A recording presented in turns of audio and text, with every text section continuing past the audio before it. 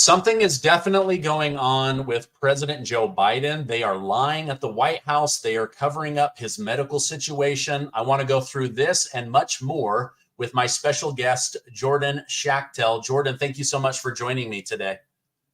Yeah, thanks for having me on. It's an honor. So you are the lead writer over at Dossier Today. You break some of the biggest stories in the world, specifically in America, with the president and the election.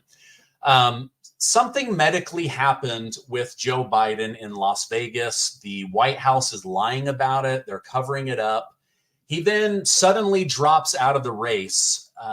Now, the Daily Mail is saying they have direct knowledge that Biden is extremely unwell. People saw him shaking. He was unable to get into his Secret Service protection vehicle without assistance. What do you think of this? What do you know? What is going on with the president and these lies out of the White House? Yeah, so at the Dossier about a month ago, we broke the story of basically what really happened in Las Vegas. If you recall, I mean, the news cycle's moving so fast. So just for a brief rundown for your audience, basically what happened is that President Biden was in Vegas campaigning for his reelection, and they said that he tested positive for COVID, so we had to cut it short. What we really found out was that there was a undisclosed emergency situation, and that was the real reason why President Biden had to cut short what was going on in Vegas with all of these campaign rallies and whatnot. And then, the rest is history. He spends a week in his bunker in Delaware. The presidency is seemingly surrendered over to Kamala Harris. And it's just, since then, we really haven't seen much of Joe Biden. He gave that speech at the DNC, but what a lot of people don't realize is that Joe Biden hasn't been at the White House for over a week. He's planning on spending the entire week in Rehoboth Beach, Delaware. So it'll be like 17 days between visits to the White House. And this is a man who's supposed to be in the Oval Office until Inauguration Day 2025. So we still have almost 150 days to go. And this man seemingly has some serious health issues. I mean, we know about the cognitive stuff, but apparently it's a lot worse than that. And the press is entirely uninterested in asking questions about this. I mean, this is the man in charge of, God forbid, having to authorize a nuclear strike against another country that is lobbing, other ICBMs at us and whatnot. It needs to be a competent person. So for the good of the country, I wish that the corporate media was having this discussion about, is this the guy that we want in charge? But the most recent report came out Monday in the Daily Mail, and it was from the White House senior reporter who travels with the president, who said he was visibly shaking upon exiting Air Force One. What I want to know is that, there isn't just one person who covers the president. There's a whole pool of reporters. There's dozens of people that usually travel, or 20, 30 reporters that usually travel with the president at all times. So why aren't they writing that? Why aren't they talking about it on their shows? It's very strange to me that only one reporter had the guts to say what was really happening. But that's kind of the state of affairs right now. We have a president in severe cognitive and physical decline. Wow. Unbelievable. That's a great point. That why aren't the others covering that? That's dishonest journalism. And the American people should be made aware of that. My understanding is that he may have had a mini stroke in Las Vegas. I can't confirm that, but just from what I've read from the police in the area, the medical people that have come forward. But yeah, this visible shaking, being so weak, unable to get himself into his own car. This is not good. Obviously, his health is significantly worse than what we're being told. You had written an article stating basically your belief that Donald J. Trump has a tailwind at his back in his favor that will propel him into the White House. Why do you say that? Help me understand that, because in light of what the mainstream media tells me, She is amazing. She is, taking the country by storm. She's the smartest. She's smarter than Barack Obama, more popular than Barack Obama. Why do you say Trump has a tailwind helping him? Um, because we already witnessed what happened with the 2020 primary campaign.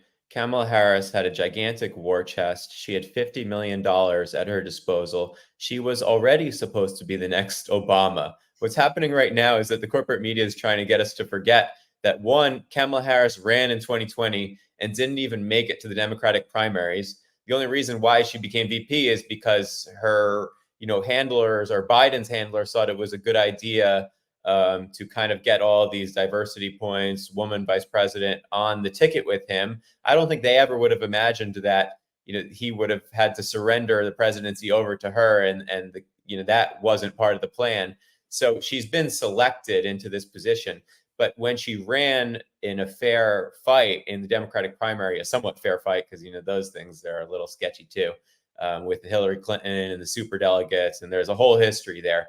But the point is that Democratic voters did not like her at all. Independents did not like her at all. She blew $50 million. She didn't even make it to Iowa. So it was unmitigated disaster. So with President Trump now, we're past a lot of the stuff that's going to boost the Democrats. Of course, the DNC is the biggest thing. The speech, Harris's speech of the DNC, I think she completely bombed it. She showed that she has no charisma, no ideas. She's pretending that she's not vice president. She's pretending that Donald Trump is the incumbent. So she has no confidence in the Biden-Harris administration's record. And it's just every time that she opens her mouth to speak, people don't like what she's talking about. So, there's two debates coming up.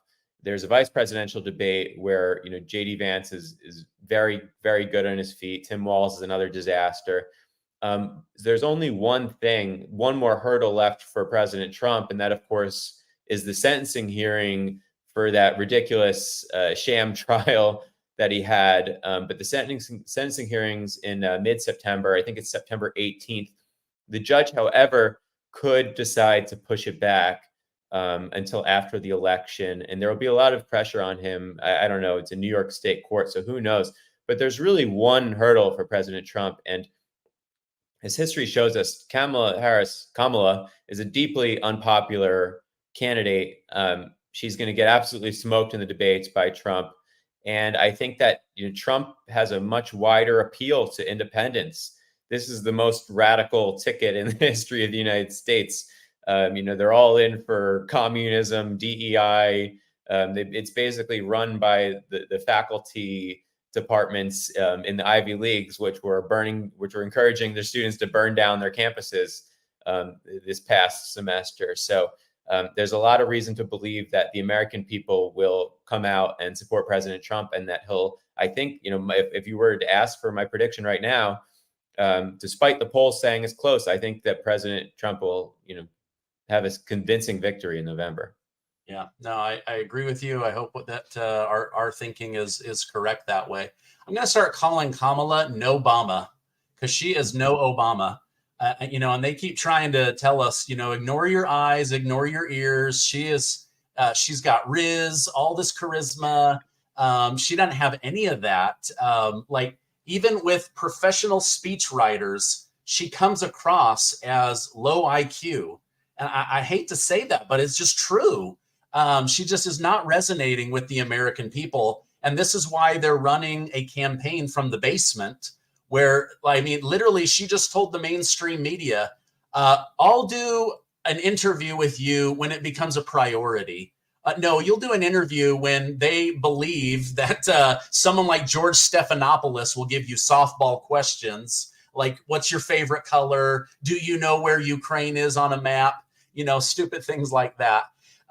One thing that I wanted to add in, this idea of Trump having a tailwind in his favor.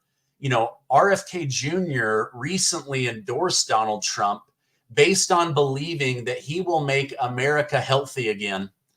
He's going to go after big pharma. He wants to go after the Department of Justice, the FBI, the CIA, clean things up, make America great again, for lack of a better word. And then I saw that Tulsi Gabbard has officially endorsed Donald Trump. RFK Jr. said in an interview that more big name Democrats are going to be coming forward and endorsing him because they're so terrified of Kamala Harris. And then lastly, I saw that Dr. Phil has invited RFK Jr. and Trump to do a exclusive long form interview. Like, do you feel like we are on the verge of something massive, or is it just me? No, I think we're seeing it across the country. I think your instinct is right that there's people from all corners of America coming out to support this Trump coalition, which is a very non-traditional coalition. It's a big tent, but Donald Trump needs to get across the finish line. I might not agree with RFK Jr. on environmental policy, but he's not the one at the top of the ticket, and he's also not on the VP ticket. So, if we put this guy in charge of HHS and say, we're going to destroy this revolving door of corruption, this public-private corruption that, picks the winners and losers and gives Pfizer and Moderna tens of billions of dollars to do whatever they want and sell junk products and whatnot. I think that he'd be the perfect person in this role. And RFK Jr. is one of the most charismatic people out there, despite the voice problem. Tulsi basically destroyed Kamala Harris's political career. We thought she did, but it rose from the dead thanks to an assist from Biden's handlers. But those are two forces of nature. But, we saw this initially, I think, when the Silicon Valley, Wall Street kind of contrarian types, prior to, a couple of years ago, they were really afraid of saying anything about endorsing Trump. And now, he has a pretty decent coalition. You have these Bill Ackmans of the world and whatnot that are now openly supportive of Trump, because the bottom line is people don't want the country to be destroyed. And when you see the writing on the wall, especially some of these like economic minds where you have a woman that's trying to raise taxes by $5 trillion, give everyone a free home, not so distant history. We tried to, the Bush administration and the Obama administration tried to give everyone a free home.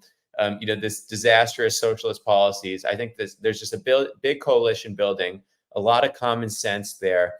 They're sick of this ruling class that wants to basically hoover up all of the wealth and power. And I think that they're totally bought into this idea that, President Trump, he's a very wealthy man, but he doesn't want to take everyone's rights away across the board. And he's the guy that we need to support. Yeah. One of the big lies that was pushed during the Trump-Biden debate that Kamala Harris continues to perpetuate is this allegation that Trump called dead veterans suckers and losers. It's been debunked, but they continue to spread this lie because a lot of people respect the U.S. military and people that have the courage to serve the country, right? So they use this lie as a weapon. Okay, so Joe Biden decides to take a beach vacation after knowing he would be skipping the memorial service of the 13 men and women that lost their lives because of his orders to pull out of Afghanistan, because of his plan to pull out of Afghanistan. Why would he skip this? And why would Kamala Harris flat out reject an offer to attend? Isn't this a real world example of calling these 13 men and women suckers and losers? What are your thoughts on that? Yeah, no, President Trump is beloved by the military, and you can see it everywhere he goes. You have and it's not just military, law enforcement, everywhere he goes on the campaign trail, police, firefighters, emergency services, of course, the veterans and current service members, they all, this man is beloved, and he's beloved. One of the reasons why is because of, the 21st century of foreign policy disasters that we've seen under Republican and Democratic administrations, from the Bush administration to the Obama administration, now to the Biden administration. It skipped the Trump administration. He was the only one that didn't get us into any new wars. The Afghanistan debacle, the way that they withdrew and then left billions and billions of dollars. And, the Taliban just held this military parade where they were flying around like attack gunship helicopters, all these advanced tanks, and it was just a disgrace. I mean, I was personally in favor of withdrawing, but there were some common sense things that you could do, such as like secure an airfield for your departure and not leave behind all these weapons. And we had this tragedy with the deaths. These troops should never have been in harm's way. This is such an easy thing for the military to do over time.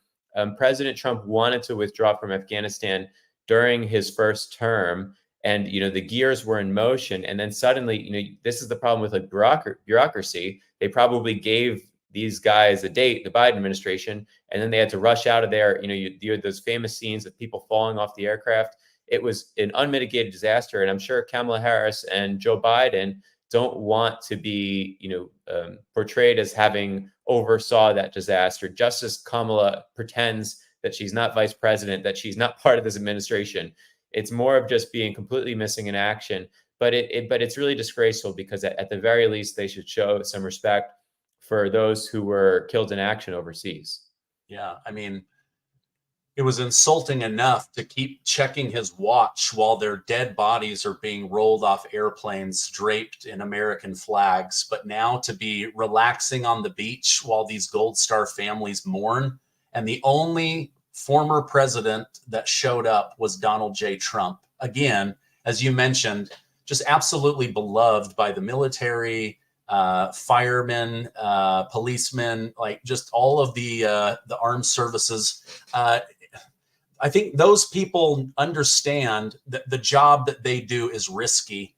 But if you also don't have the higher ups protecting you, giving you, the rope and the autonomy to go do a good job, this thing was a real disaster, and Biden has never been held accountable for it. And even now, here he is sipping Mai Tais on the beach, doing nothing. I mean, it really does beg the question, like, who is running the country? It's not Joe Biden, which leads me to believe that it's actually Kamala Harris, and maybe Trump should capitalize on that, and everything should roll down on her, right? I mean, all of the stupid policies, the overspending, the out of control inflation, all of it falls down onto whoever is going to be running the country. And if it's not been Joe Biden, well, then it was the last person in the room on every major decision. And who said that word for word? Kamala Harris, right? So it'll be really interesting. I'm actually very excited to see the debate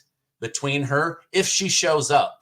I saw just today that she's now telling ABC News, those microphones have to be muted. I want to be sitting down, no audience. And you have Jason Miller from the Trump team saying, this is not what you agreed to. If you back out of the one debate that is not in Trump territory, like, we're going to roast you hard. I mean, at the end of the day, we all know that she is afraid to actually go up against Donald Trump. I don't know how much you know about this, but Tim Walz, they call him Tampon Tim. I'm not going to call him that. I'm just going to call him Tim Walz. But he has been called a serial liar. That the only good that he has done in Minnesota is to expand government, and that he has used stolen valor to make his military record look better than it is in order to get high up office positions. What are your thoughts on Tim Walz, this accusation of stolen valor, being a serial liar? I agree. He's a compulsive liar. It started when I was kind of doing some research on Walz. Almost everything that he says needs to be fact checked, or it can't be proven. He has this. He likes to tell the media that he's a worldly person. He's been to China 30 times, and he keeps saying 30 times over and over again. You think, like, logistically, that doesn't really make any sense.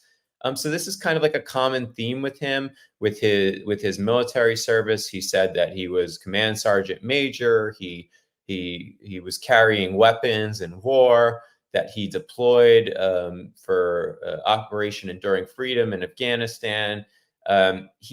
He likes to stretch his resume as far as it could possibly go. He's a guy that could really, get a job boosting people's CVs kind of artificially. But his policies have also been a total disaster, as you said. Like, it really started with the COVID stuff. He became a maniacal dictator very quickly overnight. I think COVID really exposed power-hungry politicians for what they are. He was ruthless with months-long lockdowns. He was having the police arrest people that were breaking his stay-at-home orders. According to the research I've done, it was over 100 Minnesotans who were arrested specifically for breaking these lockdowns. And then, of course, we saw Minnesota burn over the George Floyd riots. His wife said that she loved the smell of burning tires. I mean, this is a radical family, and they're very, the Democrats, especially, the Walz-Harris ticket, they love projecting. They've tried to attach this weird label to JD Vance. Well, JD Vance isn't, promoting this woke cult with, the rainbow flag ideology stuff and trying to take kids away from their parents and whatnot. I think weird is too nice of a description for the kind of things that they want to be able to get away with in terms of having the government get involved in individuals and families' affairs. But this is like the most radical ticket I've ever witnessed in my 34 years of being here, and it's not even particularly close. I mean, Joe Biden, for setting the bar really low, Kamala has somehow gotten under that bar. Yeah. You probably saw this, but Tim Walz would actually, during COVID, he would deploy large teams of policemen and women, and he would instruct them to shoot people, aggressively shoot them with paintball guns if they were out on the street. I mean, men, women, children, doesn't matter. If you're breaking the rules of his tyrannical lockdown, boom, you might take a paintball to the neck. I just crazy things. And then, like you say, calling off the National Guard to shut down the fiery but mostly peaceful protests of George Floyd. I mean, think how many lives and businesses were ruined because this guy just didn't have the cojones to shut it down and keep law and order within his own borders. I don't know if you saw this or not, Jordan, but new data out today shows 75% of Americans believe illegal immigrants will illegally vote in the 2024 election and could swing the entire election to Kamala Harris. What are your thoughts on that? It's a huge problem, not just for illegals, but for any American. I mean, you've seen actually these Republican governors, specifically Texas, I saw was they're making a great effort to remove dead people from the voter rolls. And there's millions of dead people that are registered to vote. And what happens is that if they can, a crafty political operative can expose that and get a bunch of illegal aliens to show up and say, my name is John Smith, and I'm here to vote for Kamala Harris for president, and kind of like blockbust all those votes in based on acquiring the names of dead people. So we might not have Republican governors in these swing states, but it's a huge problem, and I think that Congress can at least get involved in getting some accountability there. But it's a massive issue. We definitely have tens of millions of illegal aliens in this country. One side, the distinction cannot be more clear. One side wants them all to come in and to become voters, maybe not even become citizens, but at least to become voters, to turn basically the Democratic Party into the party. And one side, under Donald Trump's guidance, wants to have a very aggressive immigration policy, at the very least secure that border so we don't have to deal with more inflows. I mean, that's the biggest problem, is you have this open border, and you're just seeing millions and millions of illegal aliens coming in this year that are completely untracked, not paying taxes, which is a huge issue. I think that people might care about that more than anything, because it just increases the burden for all citizens. And then in addition, it could create the conditions to create the kind of like this permanent state where elections they're not rigged, like technically, but they're just going to boost their numbers in the same way that they want to. They're pledging that they're basically going to destroy the Supreme Court to enforce their liberal ideology. So it's just one more way of gaming the system. Yeah, they're like, oh, we should stack the court. Also, put our thumb on the scale during the election with 20 million illegal immigrants. Yeah, I just like I think, oh my gosh, we have senior citizens that worked their entire career getting less money than these illegal immigrants. We have veterans who risk their life in military service that are getting medical treatment, and the illegals are getting medical treatment before they are. They're getting more money than somebody who risked their life at war. It's like such a slap in the face. It just makes me sick whenever I really sit and ponder on that. Wanted to bring up one more thing, and I appreciate you coming on. Trump announced that he will bring on Elon Musk and a team to clean up the financial side of the federal government, to keep the government honest when it comes to spending and use or abuse of taxpayer money. On paper, this sounds amazing. We'll see how it actually rolls out, but how might that change the direction of the country? How might that make America great again, to have some honesty and accountability within the taxpayer used money and the abuse, the financial abuse in Washington, D.C.? Yeah, so I listened to that Spaces call between Elon and Trump, and I thought that was perhaps the best idea possible. I spent about 8 years in Washington, D.C., and the waste, fraud, abuse, corruption, outright boondoggles you'll see in that city is incredible. Every single federal department, without any exceptions, there's none that are well run like a profitable corporation. If you had a guy like this, like Elon, who has FU money and doesn't need to worry about securing any of these, sweetheart deals, essentially. In fact, like with his business, they make, they're beating the pricing of all their competitors, and they're still the best with SpaceX. But I think a government efficiency agency or organization, or even a board of honest executives that have proven to be able to, run profitable businesses and run, legitimate books, it would be hugely beneficial to every American taxpayer. And there again are no exceptions. I mean, the Pentagon is one of the worst of them. Like we love our vets, we support our vets.